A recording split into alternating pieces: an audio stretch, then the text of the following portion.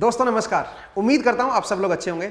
Last episode में हम लोगों ने centre of mass and centre of gravity जो था उसको निकालना सीखा था थियोरेटिकली, ठीक है। और आज हम उसके कुछ क्वेश्चंस देखते हैं अगर रहा तो टाइम।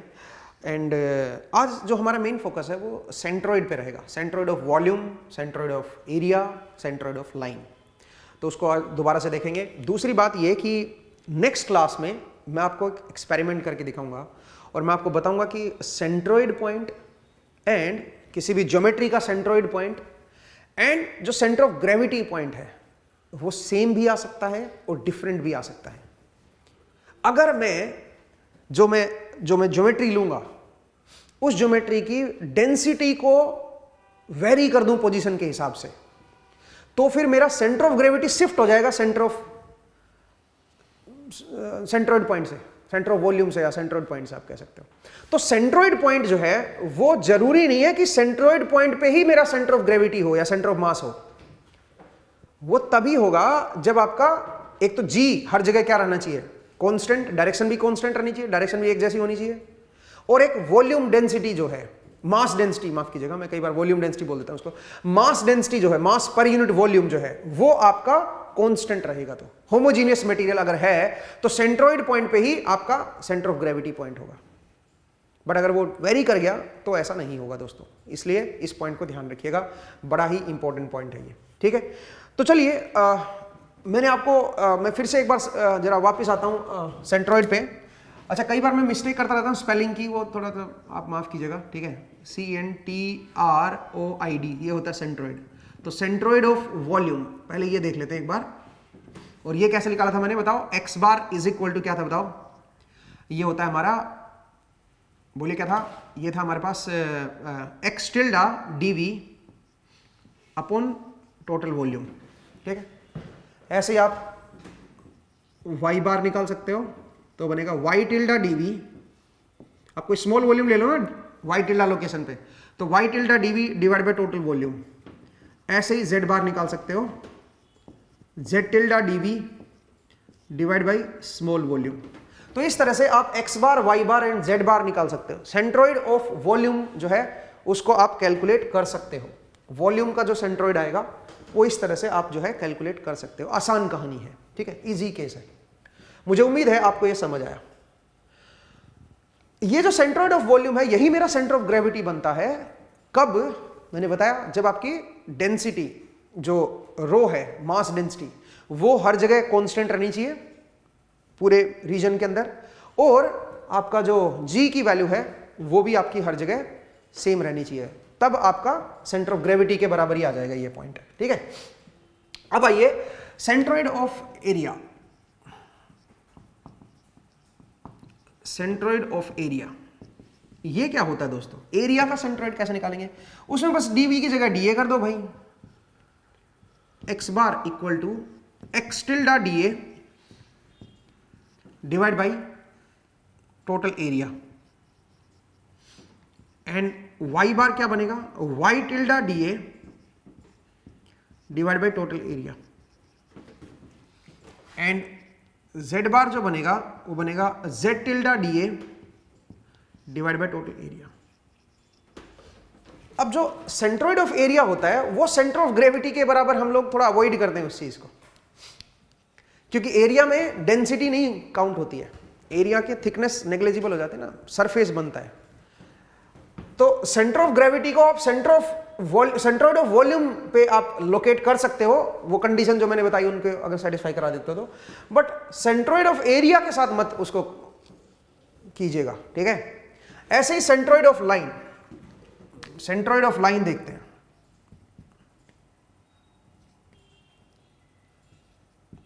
सेंट्रोइड ऑफ लाइन वो कैसे निकालते हैं बताओ।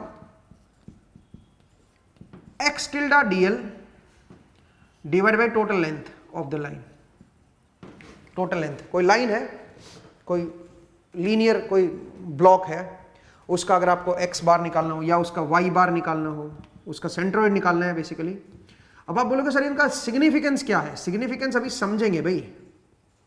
टोटल लाइन की लेंथ बेसिकली है ना, वो लेंगे, टोटल लेंथ लिख लो, चलो। dl मतलब स्मॉल लेंथ है, ठीक है। ऐसे ही आप उसका जो z बार है वो निकाल सकते हो, z tilde dl divide by total length. तो इस तरह से आप क्या कर सकते हो, centroid of volume, centroid of area and centroid of line, ये कैलकुलेट कर सकते हो दोस्तों। अब चलिए अब जरा इसको अप्लाई करते हैं और एक दो क्वेश्चन करके देखते हैं। बट पहले मैं जरा इसके ऊपर थोड़ा डिस्कस करना चाह रहा हूं, क्योंकि ये थोड़ा सा अलग है दोस्तों। सेंट्रोइड ऑफ लाइन, उसमें डीएल क्या होता है? जैसे मान लीजिए कोई मेरे पास एक्स डायरेक्शन है, ये एक्स कोऑर्डिनेट है, ये वाई कोऑर्डिनेट है, और इसमें कोई लाइन हमने ऐसे ले रखी है, इसकी लेंथ है कोई एल, यहां से लेके और यहां तक की कोई लेंथ है एल। तो अगर मैं यहां पे कोई स्मॉल लेंथ ले लूं डीएल, डीएल तो वेक्टर बनेगा अगर आप इस डायरेक्शन में चल रहे हो तो, बट मुझे तो मैग्नीट्यूड चाहिए भाई। तो केवल एक्स और वाई कोऑर्डिनेट है, तो डीएल का मैग्नीट्यूड क्या बन जाएगा, क्योंकि एक्स वाई प्लेन में रखा हुआ है, तो dx का स्क्वायर प्लस dy का स्क्वायर हो जाएगा। क्योंकि असल में dl अगर वेक्टर होता कार्टेशियन में तो आप ऐसे लिखते ना, dx i cap plus dy j cap, but मैं वेक्टर नहीं ले रहा हूं, मैं तो इसका मैग्नीट्यूड ले रहा हूं भाई। तो मैग्नीट्यूड मेरा ये बनेगा, ये बन जाएगा dl। तो अब यहां से अगर आप dx को कॉमन भी ले लोगे तो रूट के अंदर क्या बन जाएगा, 1 प्लस dy बाई dx का होल स्क्वायर। इस तरह से आप लिखोगे dl को।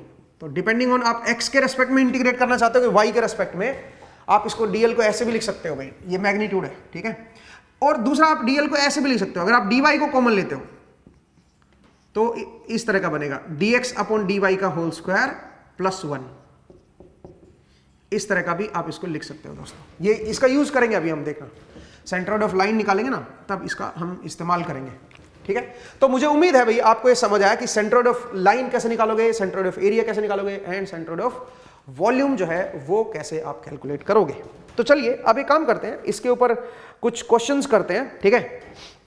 हाँ, मैंने क्या बताया, मैंने बताया कि जो सेंट्रोइड होता है वो ज्योमेट्रिकल सेंटर होता है, वो ज्योमेट्री के हिसाब से डिसाइड होता है, geometrical centre of the body होता है दोस्तों। वो सेंटर ऑफ ग्रेविटी के बराबर कब आएगा, सेंटर ऑफ ग्रेविटी के बराबर तब आएगा जब आपका डेंसिटी क्या हो, मतलब मटेरियल कैसा होना चाहिए, होमोजीनियस। जो डेंसिटी रहनी चाहिए वो हर डायरेक्शन में भी सेम रहनी चाहिए और उसका मैग्नीट्यूड भी हर जगह सेम रहना चाहिए, ठीक है। होमोजीनियस आइसोट्रोपिक मटेरियल अगर है, अब ये वर्ड बड़े इंटरेस्टिंग है, होमोजीनियस आइसोट्रोपिक, बस इसको याद रखिए कि बस इनको छोड़ो वर्ड्स को, इतना ध्यान रखो कि जो डेंसिटी है वो मेरी हर पॉइंट पे कांस्टेंट रहनी चाहिए मटेरियल के अंदर। ऐसे मटेरियल को हम क्या बोलते हैं, होमोजीनियस आइसोट्रोपिक। डेंसिटी जो है, मास डेंसिटी जो है वो डायरेक्शन पे डिपेंड नहीं करनी चाहिए, पोजीशन पे डिपेंड नहीं करनी चाहिए, उसको बोलते हैं होमोजीनियस आइसोट्रोपिक मटेरियल। तो अगर मेरा मटेरियल कोई होमोजीनियस आइसोट्रोपिक है और ग्रेविटी की वैल्यू हर जगह सेम है, तो आप कह सकते हो कि मेरा जो ज्योमेट्रिकल सेंटर होगा वही मेरा क्या होगा, सेंटर ऑफ ग्रेविटी पॉइंट भी होगा, ठीक है। और ज्योमेट्रिकल सेंटर मैंने बता दिया, तीन तरह की ज्योमेट्री होती है, सरफेस होता है, लाइन होता है और एरिया होता है। तो उनका जो सेंट्रोइड बनेगा उससे आप कोइंसिडेंट कह सकते हो। हालांकि एरिया और लाइन में डायमेंशन का पंगा पड़ेगा आपको, क्योंकि मास डेंसिटी में तो क्या होता है, मास डेंसिटी में तो मास चाहिए, मास के लिए वॉल्यूम ज्यादा चाहिए होता है, तो इसलिए हम उसको सेंटर ऑफ ग्रेविटी को वॉल्यूम का जो सेंट्रोइड पॉइंट होता है उसी के साथ कोइंसिडेंट बोलते हैं, अगर होमोजीनियस आइसोट्रोपिक है और जी की वैल्यू कांस्टेंट है तो। बट एरिया के साथ भी कोइंसिडेंट आएगी देखना, और लाइन के साथ भी। अगर लाइन की थिकनेस को मैं थोड़ा बहुत कम ले लूँ और इस तरह से कर लूँ तो आप देखना उसका जो ज्योमेट्रिकल सेंटर आएगा लाइन का, उसके साथ भी कोइंसिडेंट होगा। अगर मैं पतला कर दूं उसको, मतलब मैं क्वेश्चन से ज्यादा बेहतर समझा सकता हूं इस चीज को, ठीक है। तो क्वेश्चन से हम इसको करेंगे भी। तो बस आप इतना ध्यान रखिए कि ज्योमेट्रिकल सेंटर के साथ, ज्योमेट्रिकल सेंटर मतलब ये सेंटर, ज्योमेट्रिकल सेंटर के साथ कोइंसिडेंट हो सकता है मेरा सेंटर ऑफ मास या सेंटर ऑफ ग्रेविटी, ठीक है। तो मैंने आपको बताया कि क्या कंडीशन में होगा। अगर वो एरिया दे रखा है, कोई सरफेस दे रखा है, थिकनेस नेग्लिजिबल है, तो एरिया के सेंट्रोइड के साथ कोइंसिडेंट देखेंगे। अगर मान लीजिए वो लाइन है, तो लाइन में आपको बस लेंथ दे रखी है और मतलब उसका जो रेडियस है वो बहुत नेग्लिजिबल है और इस तरह का है मान लीजिए, तो फिर जो उसका सेंटर ऑफ जो ग्रेविटी होगा वो इसके लाइन के सेंट्रोइड के साथ कोइंसिडेंट होगा फिर, ठीक है। तो आपको देखना पड़ेगा किस तरह की ज्योमेट्री दे रखी है, उसके हिसाब से आप बोलोगे कि कौन सी कोइंसिडेंट होगा कि नहीं होगा। तो आपको बस ये सेंट्रोइड निकालने आने चाहिए भाई, कि ये सेंट्रोइड निकालते कैसे। अब चलिए इनके ऊपर कुछ क्वेश्चंस करते हैं और देखते हैं कि भी कैसे इनको कैलकुलेट किया जाता है, और उसके बाद हम सेंटर ऑफ ग्रेविटी या सेंटर ऑफ मास को कैलकुलेट करेंगे, देखेंगे कि वो कोइंसिडेंट कब बन रहे हैं कब नहीं बन रहे हैं, ठीक है। इसके ऊपर मैं एक एक्सपेरिमेंट भी आपको करवाने वाला हूं, बट जो एक्सपेरिमेंट है वो हम अगली क्लास में करेंगे दोस्तों, ठीक है। एक्सपेरिमेंट को हम नेक्स्ट क्लास में देखेंगे और वहां पे हम देखेंगे कि कैसे ये डिफरेंट हो जाते हैं अगर मैं डेंसिटी, मास डेंसिटी को डिफरेंट कर दूंगा। तो मेरे पास एक क्वेश्चन है, क्वेश्चन से शुरुआत करते हैं। आपको एक लाइन दे रखी है दोस्तों, और लाइन है x = y²। ऐसे कोई लाइन है x = y², ठीक है। और ये दे रखी है मेरी, ओके, ये 1 दे रखा है यहां पे, मतलब x में इसकी वैल्यू 1 है तो y में भी इसकी वैल्यू 1 है, ये कह रहे हैं भाई। x में इसकी वैल्यू 1 है, y में भी इसकी वैल्यू 1 है। इस तरह का मान लीजिए 1 तक का ही ये लेंथ ले रहा है। आपको क्या बताना है? आपको बताना है इसका सेंट्रोइड कहां लाई करेगा। अब ऑब्वियसली लाइन का सेंटर ऑफ ग्रेविटी तो निकाल नहीं सकते हो ना, क्योंकि लाइन का मास नहीं होता, तो वेट कहां लगेगा। तो फिर सेंटर ऑफ ग्रेविटी इसके ज्योमेट्रिकल सेंटर पे थोड़ी ना लाई करेगा। इसलिए मैं कह रहा था कि वो डिफरेंट चीज है, इसलिए वॉल्यूम के साथ वो सेंटर ऑफ ग्रेविटी को बोलना सही रहेगा कि वॉल्यूम का जो ज्योमेट्रिकल सेंटर होगा वो सेंटर ऑफ ग्रेविटी के एग्जैक्टली बराबर आ सकता है अगर कंडीशन सेटिस्फाई हो जाए तो। बट जो लाइन का जो ज्योमेट्रिकल सेंटर होता है या एरिया का जो ज्योमेट्रिकल सेंटर होता है वो आपका सेंटर ऑफ ग्रेविटी वाले पॉइंट के जरूरी नहीं है कि सेम आए, क्योंकि लाइन या एरिया का मास नहीं होता, उनका मास नहीं होता। तो मास नहीं होता तो फिर सेंटर ऑफ ग्रेविटी कैसे दिखाएंगे। पॉइंट को समझिए मैं किस लैंग्वेज में बात करने की कोशिश कर रहा हूं। लेकिन सुनिए, अगर मैं ये बोलता कि ये लाइन जो है ये बिल्कुल थिन लाइन है, मतलब ये असल में वायर है, तो मैं इसके वॉल्यूम को, अब असल में वायर ले लिया तो इसका मतलब क्या बन गया, फिर ये वॉल्यूम बन जाएगा। और उस केस में जो सेंटर ऑफ ग्रेविटी आएगा वो क्या बनेगा, वो इसके ज्योमेट्रिकल सेंटर के साथ कोइंसिडेंट हो सकता है। अब वो निकालें कैसे? वायर को तो एक लाइन की तरह ट्रीट कर सकते हो ना आप, तो एक लाइन का सेंट्रोइड निकाल दो, वही क्या हो जाएगा, इस वायर का भी सेंट्रोइड हो जाएगा, और वही मेरा इसका क्या होगा, फिर सेंटर ऑफ ग्रेविटी पॉइंट हो जाएगा, अगर मेरी डेंसिटी मेरी कांस्टेंट है तो आप पॉइंट को समझिए कि कब हम लाइन का जो ज्योमेट्रिकल सेंटर होगा सेंट्रोइड, उसी को हम सेंटर ऑफ ग्रेविटी कब बोलेंगे। अगर वो सिंगल लाइन है तब तो नहीं, कोई मीनिंग ही नहीं है फिर सेंटर ऑफ ग्रेविटी का, क्योंकि मास ही नहीं है उसमें। लेकिन अगर उस लाइन को मैं एक वायर की से रिप्रेजेंट कर दूं कि कोई वायर है पतला सा, तो उसकी कोई थिकनेस है, थोड़ा सा क्रॉस सेक्शनल एरिया भी है, तो हालांकि वो लाइन की तरह ही एक्ट कर रहा है, हालांकि है वो असल में वॉल्यूम। पॉइंट को समझिए भाई। तो उस केस में आपका जो सेंटर ऑफ ग्रेविटी पॉइंट होगा वो मुझे आइडियली तो उस वॉल्यूम का सेंटर ऑफ ग्रेविटी देखना पड़ेगा, बट वॉल्यूम नेग्लिजिबल है ना यार इसका, इसलिए हम फिर लाइन के ऊपर चले जाएंगे। तो लाइन का सेंट्रोइड हम लोग निकालेंगे और वहीं पे उसका सेंटर ऑफ ग्रेविटी को बोल देंगे। तो इन दोनों को मैं कैसे जोड़ रहा हूं वो पॉइंट समझिए। असल में लाइन का कोई सेंटर ऑफ ग्रेविटी पॉइंट होता नहीं है, एरिया का कोई सेंटर ऑफ ग्रेविटी पॉइंट होता नहीं है, बट अगर एरिया को पतली सी थिकनेस दे दोगे, भाई सरफेस है और सरफेस को थोड़ी सी थिकनेस दे दोगे तो फिर वो वॉल्यूम बन जाता है, और वॉल्यूम का अपना मास भी होता है। फिर मास डेंसिटी के हिसाब से उसका मास निकाल सकते हो, मास निकाल सकते हो तो ग्रेविटी भी आएगी, फिर सेंटर ऑफ ग्रेविटी भी निकलेगा। तो सेंटर ऑफ ग्रेविटी जो होगा वो ज्योमेट्रिकल सेंटर के साथ फिर कोइंसिडेंट हो सकता है। मेरा कहने का ये मतलब है। तो आप देखिए, तो मान लीजिए कोई लाइन है या कोई वायर है, ऐसे समझ लो, जिसमें x जो है वो y के साथ ऐसे बदल रहा है। वायर की थिकनेस बहुत पतली है भाई, क्रॉस सेक्शन एरिया बहुत छोटा सा है, तो इसको एक लाइन की तरह आप ट्रीट कर सकते हो। मैं जानना चाहता हूं इसका सेंट्रोइड पॉइंट कहां आएगा, इसका सेंट्रोइड पॉइंट कहां पे आएगा। तो क्या करोगे दोस्तों, सेंट्रोइड पॉइंट कैसे लिखा, मैं इसके ऊपर कोई dl लेंथ ले लेता हूं, ये मेरी कोई स्मॉल लेंथ है dl, ठीक है, और x में कितना ले लेता हूं, x टिल्डा, x में x टिल्डा को x ही ले लो ना, चलो ये x लेंथ है और ये क्या लेंथ है बताओ, ये मेरी y लेंथ है। x टिल्डा को मैंने x मान लिया, y टिल्डा को मैंने y मान लिया, ये कोई जनरल लोकेशन है, xy लोकेशन। यहां पे एक स्मॉल लेंथ है मेरी dl, तो मैं क्या करूंगा बताओ जरा, मुझे तो x बार चाहिए ना, तो x बार क्या होगा, x into dl divide by total length. Total length को कैसे लिखोगे, dl को इंटीग्रेट कर दो, टोटल लेंथ आ जाएगी। अब dl को कैसे लिखें, सबसे पहले ये है, dl क्या होगा, dx square plus dy square, आप जानते हो, और उसका रूट। मैं इसको ऐसे लिख सकता हूं, dx मैंने बाहर ले लिया, root of 1 plus dy by dx और इसका स्क्वायर। तो एक काम करता हूं, सबसे पहले मैं काम करता हूं, dy बाई dx निकाल लेता हूं यहां से।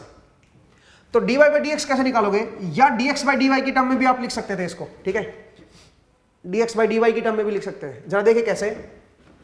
बट फिर कुछ दिक्कतें खड़ी हो जाएंगी, पहले क्योंकि x है ना बाहर, x है तो dx को रखो ना यहाँ पे। अगर यहाँ पे x लिखा हुआ है ना बाहर आपने, अगर यहाँ पे y लिखा होता तो यहाँ पे dy लिखते फिर हम, बट क्योंकि आपने x लिखा हुआ है तो यहां पे dx सही है भाई, dl के अंदर dx वाला कंपोनेंट सही है। तो अब आप बताइए क्या लिखोगे इसको अगर मैं dx रूट के अंदर लिखूंगा तो क्या बनेगा 1 plus dy by D x का स्क्वायर। तो यहां से y की वैल्यू बताओ, y बनेगा रूट x और dy बाई डी एक्स क्या बनेगा बताओ, इसका डेरिवेटिव अगर मुझे लेना हो तो कैसे निकालेंगे बताओ जरा, वो बनेगा 1/2 रूट x और इसका स्क्वायर करोगे तो 1/4x आ जाएगा, तो ये बन जाएगा 1/4x। सही है भाई, 1/4x ये बन जाएगा dx। तो अब मैं क्या लिखूंगा दोस्तों, यहां पे लिखूंगा integration x root of 1 plus 1/4x dx, ये आ गया dl divide by integration dl।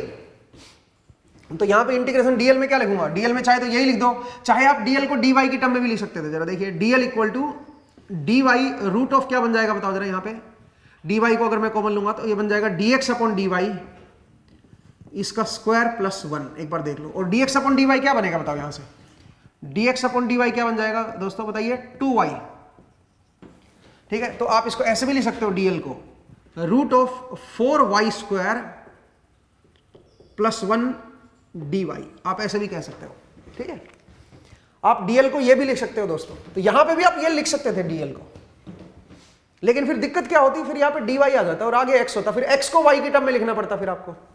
मतलब आप इसको ऐसे लिख सकते हो, जरा देखो ये चीज ऐसे किया, नीचे dl को x की टर्म में लिख दो जरा 1 प्लस 1/4x dx, ये मैंने dl लिख दिया। या फिर आप इसको ऐसे भी लिख सकते थे, जरा देखिए दूसरे तरीके से dx, x 0 से 1 वेरी कर रहा है भाई और यहां पे भी 0 से 1 वेरी कर रहा है, इस तरह से लिख दो। या फिर आप ऐसे भी लिख सकते हैं, जरा देखिए इंटीग्रेशन, यहां पे आप x लिखो रूट ऑफ dl की जगह पे क्या लिखोगे, dl की जगह पे ये लिख दो y की वाली टर्म लिख दो 4y स्क्वायर प्लस 1 dy और डिवाइड बाय क्या आएगा root of 4y square plus 1 dy, 0 से 1 मेरा y वेरी कर रहा है 0 से 1। ठीक है, इससे मेरे पास x बार आ जाएगा। लेकिन दिक्कत यहां पे यह है कि इसको इंटीग्रेट कैसे करोगे, तो y में नहीं है पूरा फंक्शन, तो x की वैल्यू y में पुट कर दो भाई, x की वैल्यू y में क्या है y स्क्वायर। आप इस तरह से इसको डाल सकते हो दोस्तों, इस तरह से इसको लिख सकते हो। समझ आया भाई, ये ज्यादा आसान है सोल्व करना कंपेयर टू दिस। ठीक है, मुझे लग रहा है कि ये ज्यादा आसान है सोल्व करना, तो वो तो आपको अब देखना है भी कैसे सोल्व करना है इसको इंटीग्रेशन में। अब लुकअप टेबल का इस्तेमाल कर सकते हो, अगर आपको पता ना हो कि भाई इसका इंटीग्रेशन क्या आएगा, इसको हम कैसे सोल्व करें या इसको हम कैसे सोल्व करें, तो उसके लिए आप लुकअप टेबल का इस्तेमाल कर सकते हो दोस्तों। ठीक है, अब ये इंटीग्रेशन के मेथड हैं, बस आपको इंटीग्रेशन आना चाहिए, बस अगर आपको इंटीग्रेशन आता है तो आप इसको सोल्व कर सकते हो और x बार की वैल्यू निकाल सकते हो। ठीक है, तो मेरे पास जो x बार है वो मैं बता देता हूं भाई, मेरे पास जो x बार आया है वो है 0.410 ये बनेगा। आपको इसको, ये आपका होमवर्क है, आपको खुद सोल्व करना है, क्योंकि मैं अब इंटीग्रेशन नहीं सिखाऊंगा आपको। ठीक है, ये आप खुद सोल्व कीजिएगा। तो ये बनेगा 0.410। ऐसे ही आप क्या करोगे, ऐसे ही आप y बार निकाल लोगे। तो y बार जो सेंट्रोइड पॉइंट आएगा लाइन का, y कोऑर्डिनेट क्या आएगा उसका, वो बनेगा y, इसका जो स्मॉल लेंथ लिया उसका जो y कोऑर्डिनेट है वो y है इंटू dl, dl की जगह पे वो y वाला ही लिख देता हूं 4y स्क्वायर प्लस 1 dy और integration 0 to 1 divide by dl root of 4y square plus 1 dy 0 to 1। मतलब इंटीग्रेशन जरूरी नहीं है आप यही वाला एक्सप्रेशन यूज करो, dx वाला भी लगा सकते हो, फिर आपको सारे ये x में चेंज करने पड़ेंगे। अगर y वाला लगाओगे तो फिर सारे y में रखने पड़ेंगे, इंटीग्रेट करना आसान हो जाएगा। ठीक है, ध्यान रखिएगा। ऐसा भी कर सकते हो कि ऊपर वाला आप x में लिखो, नीचे वाला y में लिखो। अल्टीमेटली तो आपको नीचे तो पूरी लेंथ निकालनी है ना, तो पूरी लेंथ y से भी आ जाएगी और पूरी लेंथ x से भी आ जाएगी। तो आप नीचे केवल x वाला रख सकते हो, ऊपर वाला को y में लिख लो, मतलब ऊपर ये लिख लो, नीचे ये वाला लिख लो। वो तो देखना है कि कौन सा इजी बन रहा है सोल्व करना, किससे आप इजीली सोल्व कर सकते हो। ठीक है, तो यहाँ पे मैंने y बार को टोटल y में ही लिख दिया है, तो ये पूरा जो आएगा आंसर, ये भी आपको होमवर्क है, भी आप इसको सोल्व कीजिएगा। वो मेरे पास जो आंसर आएगा वो है 0.574 ये आएगा दोस्तों। ठीक है, तो इस तरह से आप क्या कर सकते हो, इसका सेंट्रोइड निकाल सकते हो लाइन का। ठीक है, इसका ज्योमेट्रिकल सेंटर जो है वो आप निकाल सकते हो दोस्तों। ठीक है भाई, मैंने आपको बताया कि कैसे इसको सोल्व करोगे। और देखिए और क्वेश्चंस जरा देखते हैं। मैं इसको रब कर रहा हूं भाई, ठीक है, मैं इसको रब कर रहा हूं, मतलब इसमें प्रॉब्लम सिर्फ इंटीग्रेशन की है बस। अगर आपको इंटीग्रेशन आ गया तो सेंट्रोइड इजीली निकाल लोगे लाइन का। अगर वो लाइन एक वायर होता तो वायर का आप सेंटर ऑफ ग्रेविटी निकाल सकते हो। फिर सेंट्रोइड के साथ कोइंसिडेंट होगा, कब होगा? अगर होमोजीनियस आइसोट्रोपिक मटेरियल है और जी की वैल्यू अगर हर जगह सेम है तो आप ऐसा कह सकते हो। चलिए दोस्तों जरा देखते हैं भाई, आपके पास है लोकेशन ऑफ सेंट्रोइड बताना, एक सर्कुलर सेगमेंट है मेरे पास, एक सर्कुलर सेगमेंट है, सर्कुलर वायर ले लो, यहां पे एक सर्कुलर वायर है मेरे पास, ठीक है, मुझे उसका सेंट्रोइड बताना है कि उसका सेंट्रोइड क्या होगा। ठीक है भाई, जरा देखिए सिलेंड्रिकल कोऑर्डिनेट सिस्टम में भी आप इसको सोल्व कर सकते हो। ठीक है भाई, ये कोई सर्कुलर वायर है, ठीक है, मुझे इसका सेंट्रोइड बताना है या सेंटर ऑफ ग्रेविटी बताना है। ठीक है, क्योंकि ज्योमेट्रिकल सेंटर और सेंटर ऑफ ग्रेविटी एक ही पॉइंट पे आएगा। मैं मान के चल रहा हूं कि जी हर जगह सेम है, मटेरियल होमोजीनियस आइसोट्रोपिक है, तो आप इसको लाइन की तरह भी ट्रीट कर सकते हैं ना भाई, क्योंकि तो पतला सा थिन है तो लाइन ही होगी। ठीक है, तो लाइन का हम सेंट्रोइड निकाल लेते हैं, वहीं पे मेरा सेंटर ऑफ ग्रेविटी आ जाएगा। नाउ द क्वेश्चन इज, इस लाइन की क्या इक्वेशन है? वो आपको इक्वेशन दे रखी है भाई कि ये जो रेडियस है ये r है, बस ये सिर्फ इतना दे रखा है भाई, ये रेडियस इसकी r है, ये x है, ये y है, सिर्फ ये दे रखा है कि r रेडियस का कोई वायर है, उसका आपको सेंट्रोइड निकालना है। या अगर मैं इसका मास दे देता m और इसको एक वायर बोल देता, लाइन ना बोल के इसको एक वायर बोल देता, होमोजीनियस मटेरियल है, और मैं पूछता कि बताओ इसका सेंटर ऑफ ग्रेविटी कहां पे आएगा, तो आप डायरेक्टली आप सेंट्रोइड निकाल के आप उससे आंसर दे सकते हो। कैसे निकालें अब इसका सेंट्रोइड, सवाल ये उठता है। मैंने क्या किया, मैंने यहां पे इसका एक स्मॉल dl ले लिया, यहां पे ये मेरे पास स्मॉल dl हो गया। तो अगर इस बार मैं स्मॉल dl की बात करूंगा तो ये बनेगा r d थीटा, ये थीटा एंगल पे मैंने लिया है, तो जो dl बनेगा दोस्तों वो बन जाएगा r d theta, r d theta, arc length ये बनेगी small length dl cylindrical coordinate system में। ठीक है, और इसका जो x कोऑर्डिनेट बनेगा, जो x टिल्डा या y टिल्डा जो बोल रहे हो, ये y टिल्डा बनेगा, और ये क्या बनेगा, ये बनेगा x टिल्डा। x टिल्डा को मैं क्या लिखूंगा दोस्तों, क्योंकि ये रेडियस r है और ये थीटा एंगल बन रहा है, तो ये बन जाएगा r cos theta, r cos theta मेरा हॉरिजॉन्टल प्रोजेक्शन आएगा। और y टिल्डा क्या बनेगा दोस्तों, वो बनेगा r sin थीटा। सही है भाई, तो x tilde and y tilde आ गया मेरे पास। अब जरा देखिए, अगर मैं x बार को कैलकुलेट करूं तो बनेगा x tilde that is r cos theta into r d theta, ये हो जाएगा। और थीटा की वैल्यू कहां से कहां तक है, 0 से लेके π/2 तक, तो ये हो गया। डिवाइड बाई करना है भाई, इसको नीचे डिवीजन में क्या लेना है, डिवीजन में dl लेना है, r d theta, r d theta, और थीटा को इंटीग्रेट कर दो 0 से π/2 तक। ठीक है भाई, अब जरा देखिए क्या बनाइए, r स्क्वायर कोस थीटा का इंटीग्रेशन क्या बन जाएगा दोस्तों, minus sine theta, sorry cos theta का इंटीग्रेशन साइन थीटा होता है, अपर लिमिट माइनस लोअर लिमिट करोगे तो 1 आएगा। ठीक है, डिवाइड बाई r मेरे पास बाहर आ गया और आ गया π/2, तो r से r कट गया, क्या बन गया दोस्तों 2r/π, x बनेगा मेरा 2r/π। इसका मतलब जो इसका सेंट्रोइड पॉइंट आएगा उसका x कोऑर्डिनेट क्या बनेगा 2r/π। ऐसे ही y कोऑर्डिनेट में क्या लिखोगे, y कोऑर्डिनेट में यहां पे y टिल्डा इंटू dl कर दो, डिवाइड बाई dl का इंटीग्रेशन कर दो। तो अब बताओ y बार क्या बनेगा, y बार जो बनेगा वो बनेगा integration y tilde is r sin theta, y tilde is r sin theta into dl is r d theta. तो ये हो गया मेरा y टिल्डा 0 से लेके π/2 तक, डिवाइड बाई dl की वैल्यू क्या है बताओ, dl की वैल्यू r d थीटा, और थीटा कहां से कहां तक है, 0 से लेके π/2 तक। अब बताओ ये क्या बन गया, ये बन गया r स्क्वायर, और साइन थीटा का क्या बन जाएगा, साइन थीटा का बन जाएगा माइनस कोस थीटा, अपर लिमिट माइनस लोअर लिमिट करोगे तो 1 ही आएगा, डिवाइड बाई ये बन जाएगा r और थीटा π/2, r से r कट गया, ये क्या बन गया 2r/π। तो ये इसका सेंट्रोइड आ गया दोस्तों, और यही मेरा सेंटर ऑफ ग्रेविटी होगा। अगर ये इसका मास दे देता मैं और इसको वायर की तरह ट्रीट करता, एक लाइन की तरह ना ट्रीट करके इसको वायर की तरह ट्रीट करता, तो सेंटर ऑफ मास जो है वो यहीं पे आता फिर। ठीक है, x में 2r/π पे एंड y में भी 2r/π पे। ठीक है, मुझे उम्मीद है आपको समझ आया भी कैसे आप इसका ये निकालोगे। नेक्स्ट आइए भाई, अगर मान लीजिए मेरे पास कोई ऐसे कोई एरिया दे रखा है, कोई मतलब सरफेस दे रखा है, तो उसका हम कैसे कैलकुलेट करेंगे वो भी जरा देख लेते हैं। मैं इसको रब कर रहा हूं भाई, ठीक है, इसको मैं रब कर देता हूं। एक और क्वेश्चन जरा देख लेते हैं जिसमें इस बार आपको सरफेस दे रखा है। ठीक है, तो सरफेस जरा देखिए कैसे है। मान लीजिए आपके पास सरफेस है जिसकी रेडियस मैं ले लेता हूं, ये x है और ये y है। ये कोई सरफेस है जिसकी थिकनेस बहुत नेग्लिजिबल है दोस्तों, ठीक है। इसकी रेडियस है 2 मीटर मान लीजिए, ठीक है। ये पूरा सरफेस है भाई, ये वाला सरफेस है। मुझे इसका सेंट्रोइड चाहिए, या मैं बोल सकता था मुझे इसका सेंटर ऑफ ग्रेविटी चाहिए। मैं इसकी थिकनेस को नेग्लिजिबल ले रहा हूं, इसका मास दे दिया 2 किलोग्राम। इसका मास है 2 किलोग्राम, मुझे बताना है सेंटर ऑफ ग्रेविटी कहां लाई करेगा इसका, ठीक है। वो आपको बताना है, वो कैसे कैलकुलेट करें, ठीक है, वो आपको निकालना है। थिकनेस इसकी नेग्लिजिबल है, टी मान लो, या हल्का सा जेड की तरफ है ना, तो जेड की तरफ थिकनेस बहुत नेग्लिजिबल है। आपको इसका सेंटर ऑफ ग्रेविटी पॉइंट निकालना है। तो आप एक काम करो ना, आपका तो थिकनेस क्योंकि नेग्लिजिबल है, आपको तो बस सामने से सरफेस ही दिख रहा है, तो सरफेस का सेंट्रोइड निकाल दो। और सरफेस का सेंट्रोइड कैसे निकालते हैं पता है आपको। आप यहां पे स्मॉल सरफेस ले लो, कौन से कोऑर्डिनेट सिस्टम में लोगे, सिलेंड्रिकल में ले लो भाई।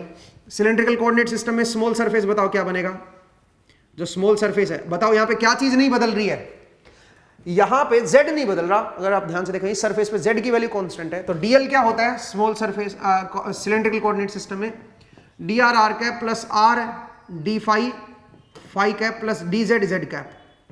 तो z तो बदल नहीं रहा, तो अगर मैं स्मॉल सरफेस की बात करूंगा दोस्तों तो बन जाएगा r dr d phi.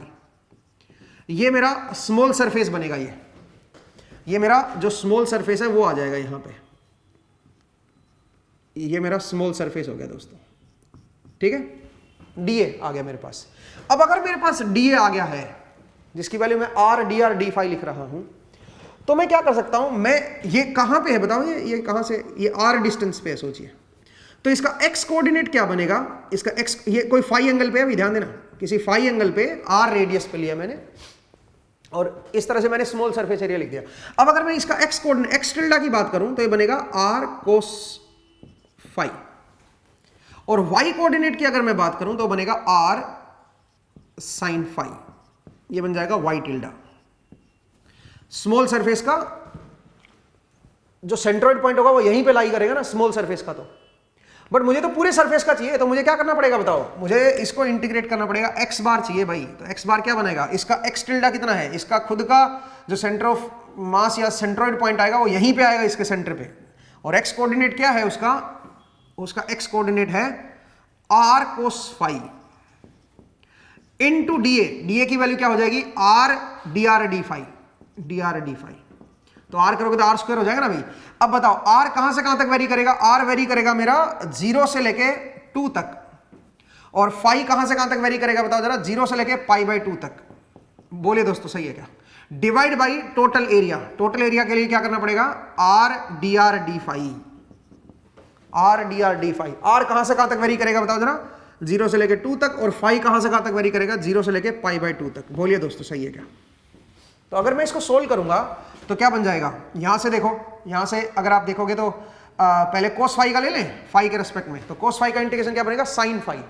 Phi में upper limit minus lower limit लगाओ, तो π/2 माइनस 0 करोगे तो 1 बनेगा, तो अंदर रह जाएगा r स्क्वायर dr, और इंटीग्रेशन r की लिमिट कहां से कहां तक, 0 से लेके 2 तक, ठीक है। नीचे आइए, अब नीचे बताओ भाई, फाई के रेस्पेक्ट में इंटीग्रेट करोगे तो π/2 आ जाएगा बाहर, π/2, और अंदर क्या रह गया, अंदर रह गया r dr, और r की वैल्यू 0 से लेके कहां तक जाएगी, 2 तक, ठीक है। तो अब बताइए क्या बनेगा, ये r³/3 बनेगा, तो 8/3 आ गया ये, और ये जो π/2 है ये 2/π बन जाएगा, और डिनोमिनेटर में बनेगा r²/2, तो 2 ऊपर चला जाएगा, नीचे आ जाएगा 4, r²/2 करोगे तो 2 तो ऊपर लिख देंगे भाई। तो जरा देखिए क्या बनेगा, ये कट गया भाई, तो ये बन गया 8/3π, जो x कोऑर्डिनेट आएगा वो बनेगा 8/3π, ठीक है भाई, नोट कर लीजिएगा इसको, ठीक है, 8/3π। मुझे उम्मीद है आपको समझ आया, ठीक है। ऐसे ही आप y कोऑर्डिनेट निकालोगे तो सिमेट्रिक स्ट्रक्चर है तो y भी उतना ही बनेगा, ठीक है। y बार अगर आप निकालोगे तो वो भी आपका 8/3π आएगा भाई, जैसे x में इधर था वैसे y में इधर आएगा, ठीक है। तो जो सेंट्रोइड पॉइंट बनेगा इसका दोस्तों, जो सेंट्रोइड पॉइंट आएगा वो आप इस तरह, और जो सेंट्रोइड पॉइंट होगा वही मेरा क्या होगा, फिर सेंटर ऑफ ग्रेविटी को दिखाएंगे दोस्तों, वही मेरा सेंटर ऑफ ग्रेविटी पॉइंट बन जाएगा, ठीक है, अगर मटेरियल मेरा होमोजीनियस आइसोट्रोपिक है तो, ठीक है। लेकिन सेंट्रोइड पॉइंट को सेंटर ऑफ ग्रेविटी बनाने के लिए इसको वॉल्यूम बनाना पड़ेगा, और वॉल्यूम बनाने के इसकी थिकनेस को नेग्लिजिबल मानना पड़ेगा आपको, इसका कुछ मास होगा। तो मास इसका दे रखा है 2 किलोग्राम, अगर इसकी स्मॉल थिकनेस है तो इसका वॉल्यूम आएगा तो मास भी आएगा, 2 किलोग्राम मास दे रखा है, तो 2 किलोग्राम में ऐसा, तो इसका जो ग्रेविटी जो फोर्स लगेगा वो इस पॉइंट पे लगेगा सारा का सारा। इसका मतलब इस पॉइंट से आप इसको बैलेंस कर सकते हो दोस्तों, इस पॉइंट से आप पूरे को, इस शेप को उठा सकते हो आप, ठीक है। सारा का सारा फोर्स इस जगह पे लोकेटेड है। मुझे उम्मीद है कि आपको ये समझ आया कि कैसे हम इस तरह के क्वेश्चन को करते हैं। इसके ऊपर अब हम एक एक्सपेरिमेंट भी करेंगे और आपको मैं दिखाऊंगा कि कैसे आप मेजर करके और उस पॉइंट से आप उठा के पूरे को उठा सकते हो और उसमें कोई टिल्ट नहीं आएगा, क्योंकि जब आप सेंटर ऑफ ग्रेविटी पॉइंट से अगर आप किसी पॉइंट को उठाते हो तो उसमें रोटेशन नहीं आता, उसमें वो बैलेंस हो जाता है, लेकिन अगर किसी दूसरे पॉइंट से अगर पकड़ने की कोशिश करोगे तो ये टिल्ट हो जाएगा दोस्तों, ये घूम जाएगा, तो उसमें रोटेशन आ जाएगा। तो इस पॉइंट को हम लोग देखेंगे, हम एक्सपेरिमेंट करेंगे अगले एपिसोड में, तब आपको थोड़ा सा ये बेहतर समझ आएगा ये वाला पॉइंट, ठीक है। तो मुझे उम्मीद है ये क्लियर हुआ आपको कि एरिया का जो निकालते हैं वो हम कैसे निकालते हैं, ठीक है। ऐसे ही बहुत सारे किसी भी तरह का एरिया आप ले सकते हो और मुझे लगता है कि उसका आप जो है निकाल सकते हैं। एक वॉल्यूम का भी क्वेश्चन ले लेते हैं, ठीक है। मैं इसको रब कर रहा हूं भाई, अगली क्लास में कुछ क्वेश्चंस भी करेंगे और देखते हैं, एक्सपेरिमेंट भी करेंगे, ठीक है। देखिए दोस्तों, मेरे पास क्या है, एक वॉल्यूम है और वॉल्यूम किस तरह का है वो आपको दे रखा है भाई। एक सिलेंड्रिकल वॉल्यूम है, सोचिए ये x कोऑर्डिनेट है, ये y है और ये z है। ऐसे मेरे पास 3 कोऑर्डिनेट सिस्टम है और मेरे पास एक वॉल्यूम दे रखा है जिसकी रेडियस, एक सिलेंडर दे रखा है जिसकी रेडियस आपको दे रखी है भाई, रेडियस है इसकी 0.5 मीटर इसकी रेडियस है भाई। अब आपको बताना है determine the centre of mass of the cylinder if the density varies directly with the distance from its base. जो डेंसिटी है वो आपको दे दिया है 200Z। इसके बेस से, बेस कहां पे है भाई, बेस 0 0 पे, माफ कीजिएगा मैंने थोड़ा नीचे दिखा दिया, ये यहां पे, मतलब हाइट इसकी 0 पे है भाई, ठीक है, 0 से हाइट है। और जो डेंसिटी है, रो की वैल्यू क्या है, वो है 200Z किलोग्राम पर मीटर क्यूब, ठीक है। ये आपको दे रखा है भाई, पर मीटर क्यूब। हाँ जी, आपको क्या बताना है, आपको इसका सेंट्रोइड बताना है, सेंटर ऑफ ग्रेविटी बताना है और सेंट्रोइड बताना है। तो सेंट्रोइड तो रो पे डिपेंड नहीं करेगा, सेंट्रोइड तो बहुत अलग जगह पे आएगा और सेंटर ऑफ ग्रेविटी अलग जगह पे आएगा। जरा दोनों को निकाल के देखते हैं कि सेंटर ऑफ ग्रेविटी कहां आएगा। तो सबसे पहले सेंटर ऑफ ग्रेविटी निकालते हैं भाई, सेंटर ऑफ ग्रेविटी ये देखते हैं, और यहां पे सेंटर ऑफ ग्रेविटी ही मेरा सेंटर ऑफ मास होगा, ध्यान रखना भाई, वही मेरा सेंटर ऑफ मास होगा, क्योंकि सेंटर ऑफ मास और सेंटर ऑफ ग्रेविटी सेम होते हैं। अगर जी हर जगह सेम लग रहा है तो हम यहां पे कुछ दे नहीं रखा जी के बारे में, तो मान के चलेंगे कि जी हर जगह सेम है, तो सेंटर ऑफ ग्रेविटी और सेंटर ऑफ मास सेम होगा, बट वो नॉट इक्वल टू आएगा सेंट्रोइड के। अब आप बोलोगे सर सेंट्रोइड का नॉट इक्वल क्यों आया है, क्योंकि इस बार रो कांस्टेंट नहीं है, होमोजीनियस मटेरियल नहीं है, ठीक है, ये दिक्कत है। तो चलिए जरा देखते हैं, पहले सेंटर ऑफ ग्रेविटी निकालते हैं। तो सेंटर ऑफ ग्रेविटी कैसे निकालोगे दोस्तों, अगर मैं x बार, y बार, z बार निकालने की कोशिश करूं तो क्या बनेगा। वैसे तो x बार निकालने की जरूरत नहीं है, y बार निकालने की जरूरत नहीं है, क्योंकि शेप जो है वो सिमेट्रिकल शेप है, तो जो सेंट्रोइड आएगा वो z एक्सिस पे ही आएगा सीधा सीधा, मुझे ये पता है, क्योंकि सिमेट्रिकल शेप है ना, सिलेंडर है, सिलेंडर तो सिमेट्रिकल होता है। जो डेंसिटी भी वेरी कर रही है वो z के साथ वेरी कर रही है, तो इसका मतलब जो इसका सेंट्रोइड पॉइंट आएगा या सेंटर ऑफ ग्रेविटी पॉइंट आएगा वो z एक्सिस पे ही आएगा। तो ये तो निकालने की भी जरूरत नहीं, अगर आप निकाल भी लोगे, अगर फॉर्मूले में डाल भी दोगे तो भी कोई ज्यादा जीरो ही आएगा, आप चेक करके देख लेना, ठीक है। मैं z बार निकाल रहा हूं भाई, सेंटर ऑफ ग्रेविटी का z बार निकाल रहा हूं। तो सेंटर ऑफ ग्रेविटी क्या होता है बताओ जरा, वो होता है x tilde dw divide by total weight, यही करते हो ना भाई, ठीक है।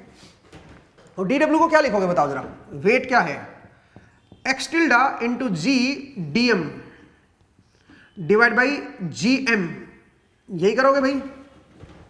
x टिल्डा नहीं आएगा भाई, z टिल्डा आएगा, माफ कीजिएगा, z टिल्डा, ठीक है। अब सुनो, g तो मेरा कांस्टेंट है, हर जगह काट दिया। dm की जगह पे क्या लिखोगे बताओ जरा, z टिल्डा रो dv, और नीचे आप मास को क्या लिखोगे, रो dv, और इसको इंटीग्रेट कर दोगे। ध्यान देना भाई, मास में रो इंटू रो वेरिएबल है मेरा, ध्यान दीजिए, वेरिएबल है मेरा, ठीक है। तो एक काम करते हैं, मैं पहले यहां पे सबसे स्मॉल वॉल्यूम ले लेता हूं, सिलेंड्रिकल कोऑर्डिनेट सिस्टम में स्मॉल वॉल्यूम ले लेता हूं। तो आप बताओ सिलेंड्रिकल कोऑर्डिनेट सिस्टम में स्मॉल वॉल्यूम dv क्या बनेगा बताओ। dv होता है r d phi dz D R, R D R D phi D Z, ऐसा लिख लो ना, आर डी आर, डीएल लिख के आप लिख सकते हो ना स्मॉल वॉल्यूम भाई। तो ये मेरा स्मॉल वॉल्यूम बनेगा भाई सिलेंड्रिकल कोऑर्डिनेट सिस्टम में, ठीक है। तो अब एक काम करता हूं मैं यहां पे जरा पुट करता हूं, तो कितनी हाइट पे है ये स्मॉल वॉल्यूम, जेड टिल्डा कितना है इसका, जेड टिल्डा जेड ही है, तो मैं इसको लिख देता हूं जेड, ठीक है। रो की जगह पे क्या आ जाएगा 200 जेड, और डीवी की जगह पे आ जाएगा R D phi D Z. ये मेरा स्मॉल वॉल्यूम हो गया दोस्तों, रो की वैल्यू पुट कर दी, और जेड टिल्डा का मतलब जो स्मॉल वॉल्यूम लिया वो कितनी हाइट पे है, उसका जो सेंटर ऑफ ग्रेविटी पॉइंट है वो कितनी हाइट पे है, तो वो तो जेड बार, जेड टिल्डा की वैल्यू जेड ही आ जाएगी भाई, जेड हाइट पे है। और इसको इंटीग्रेट कर दो, आर कहां से कहां तक वेरी कर रहा है बताओ, आर वेरी कर रहा है 0 से लेके 0.5 तक। अब आपको देखना जेड की हाइट दे रखी है भाई, जेड है भाई 1 मीटर का, जेड जो है वो 0 से 1 मीटर दे रखा है भाई, तो ये z जो है वो 0 से लेके 1 पुट कर दो, और फाई की वैल्यू कहां से कहां तक पुट करोगे भाई, क्योंकि पूरा सिलेंडर है तो 0 से 2 पाई करोगे, डिवाइड बाय रो डीवी, रो की वैल्यू क्या हो जाएगी 200z, और डीवी क्या आ जाएगा दोस्तों, डीवी आ जाएगा r D phi D Z, ठीक है। इसको r के रेस्पेक्ट में, r 0 से 0.5, z मेरा 0 से 1 और फाई मेरा 0 से 2 पाई। तो चलिए जरा सोल्व कर लेते हैं इसको। तो z बार जो बनेगा वो क्या बनेगा, आप बोलोगे x बार y बार 0 क्यों किया भाई, उनको भी आप लिख ले, उसको भी सोल्व कर लेना, देखना वो 0 ही आएगा, ठीक है। बट मैं आपको बताऊं जरूरत नहीं है x बार y बार निकालने की, बिकॉज x और y में तो सिमेट्रिक है ये, ठीक है। तो इसलिए x y z एक्सिस पे ही आएगा, सेंट्रल एक्सिस पे ही इसका कहीं पे पॉइंट आएगा, और सेंट्रल एक्सिस पे x और y की वैल्यू 0 हो जाती है। बताओ z बार क्या बनेगा, इसमें अगर मैं सोल्व करूंगा तो 200 तो कॉमन आ जाएगा, पहले फाई के रेस्पेक्ट में सोल्व कर लेते हैं। तो 200 तो मैंने बाहर ले लिया, और फाई के रेस्पेक्ट में करोगे तो 2 पाई भी बाहर आ जाएगा। अब बचा किसके रेस्पेक्ट में, z के रेस्पेक्ट में, तो z में तो z स्क्वायर बचेगा भाई, तो ये बन जाएगा z क्यूब अपॉन 3, और z की लिमिट 1 है 0 से 1, तो 1/3 लिख देता हूं मैं डायरेक्ट, ठीक है भाई, अपर लिमिट माइनस 1। अब आइए r डी आर में बनेगा r स्क्वायर बाई 2, और r की वैल्यू 1/2, तो r स्क्वायर बाई 2 करोगे तो 1/8 आ जाएगा दोस्तों, 1/8, 1/2 का स्क्वायर डिवाइड बाई 2 करोगे ना तो 1/8, डिवाइड बाई नीचे देखिए 200 मेरे पास बाहर आ जाएगा, और मैं 2 पाई फाई के रेस्पेक्ट में करूंगा तो 2 पाई आ जाएगा भाई। फिर आइए z के रेस्पेक्ट में, z के रेस्पेक्ट z स्क्वायर बाई 2 आएगा, क्योंकि अकेला एक ही z है ना, तो z square by 2 upper limit minus lower limit करोगे तो 1/2 आ जाएगा। फिर आ जाओ r के रेस्पेक्ट में, r के रेस्पेक्ट करोगे तो r स्क्वायर बाई 2 आएगा, और 1/2 अगर पुट करोगे तो 1/8 ही आ जाएगा। तो अब जरा देखिए दोस्तों, 1/8 से 1/8 कट गया, 2 पाई से 2 पाई कट गया, 200 से 200 कट गया, तो कितना बना बताओ जरा, 2/3। तो इसका मतलब z में कितना आया दोस्तों, ये 2/3, इसका तो 0.667, 0.667। ये मेरे पास क्या आ गया, ये मेरे पास इसका सेंटर ऑफ ग्रेविटी आया, वही मेरा सेंटर ऑफ मास होगा, क्योंकि जी हर जगह सेम है। बट अगर मैं पूछता बताओ सेंट्रोइड क्या होगा, सेंट्रोइड अब अलग आएगा। सेंट्रोइड रो पे डिपेंड नहीं करता, सेंट्रोइड में क्या करना है दोस्तों, सेंट्रोइड में करना है z बार dv अपॉन dv को वॉल्यूम इंटीग्रल कर दो, ये टोटल वॉल्यूम हो गया, ये z बार dv हो जाएगा। तो आपको सेंट्रोइड पॉइंट जो है वो अलग लोकेशन पे आएगा, ये बनेगा z बार सेंट्रोइड वाला, ठीक है। ध्यान रखना भाई ये अलग चीज है, z बार v लिख देता हूं, वॉल्यूम ऑफ सेंट्रोइड। ऐसे x बार v और y बार v क्यों नहीं निकाले, क्योंकि वो तो इसी एक्सिस पे आएंगे, वो तो मुझे पहले पता है, सिर्फ z बार v निकालना है, और z बार v अलग जगह पे आएगा। अब यहाँ पे आपको वॉल्यूम लेना है दोस्तों, dv करना है, रो का कोई कंसेप्ट नहीं है इसके अंदर, ठीक है, ध्यान दीजिएगा। तो इसलिए वो अलग जगह पे आएगा, वो तो ज्योमेट्रिकल सेंटर होगा इस ज्योमेट्री का, उसमें रो का क्या लेना देना। लेकिन सेंटर ऑफ ग्रेविटी में रो बड़ी इंपॉर्टेंट रोल प्ले करेगी, रो बड़ी इंपॉर्टेंट हो जाएगी, डेंसिटी बड़ी इंपॉर्टेंट हो जाएगी। इसलिए ध्यान दीजिए कि कैसे हम इसको कर रहे हैं। ऐसे ये अलग आएगा इस बार, और ये अलग आएगा, ये मैं बता भी देता हूं कितना आएगा। अगर आप इसको देखोगे तो ये बिल्कुल इसके सेंटर में यहां पे आएगा। इसका मतलब ये बनेगा 0,0, ज्योमेट्रिकल सेंटर निकालो ना, ये तो सिमेट्रिक स्ट्रक्चर है भाई, सिमेट्रिक स्ट्रक्चर का तो ज्योमेट्रिकल सेंटर डायरेक्टली भी देख सकते हो आप, z में हाफ बनेगा। ये मेरा बनेगा सेंट्रोइड, ये बनेगा सेंट्रोइड ऑफ वॉल्यूम, निकाल के भी देख लो बेशक आप। और ये बनेगा मेरा, और जो सेंटर ऑफ मास है या सेंटर ऑफ ग्रेविटी है वो है 0, 0 और 2/3। तो आप देखो अलग आ गया है। वो अलग इसलिए आया है क्योंकि होमोजेनियस आइसोट्रोपिक मटेरियल नहीं है, डेंसिटी हर जगह कांस्टेंट नहीं है। अगर ये कांस्टेंट भी होती ना तब भी बराबर आता ये और ये बराबर आता, ठीक है, मुझे उम्मीद है आपको ये समझ आया। अगली क्लास में इसके ऊपर एक्सपेरिमेंट करेंगे और जो पिछला मैंने जो ट्रायंगल दिखाया है, मतलब जो सर्कुलर जो शेप मैंने दिखाई थी, उसको भी अब हम एक्सपेरिमेंट से देखेंगे कि उसका सेंटर जो है वो जो सेंट्रॉइड पॉइंट है वो कर रहा है कि नहीं कर रहा।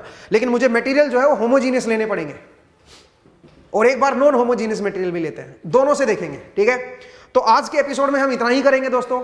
नेक्स्ट एपिसोड में फिर से आपसे मुलाकात होगी। अपना ख्याल रखिए, पढ़ते रहिए, मुस्कुराते रहिए। नेक्स्ट टाइम मिलेंगे। Thank you.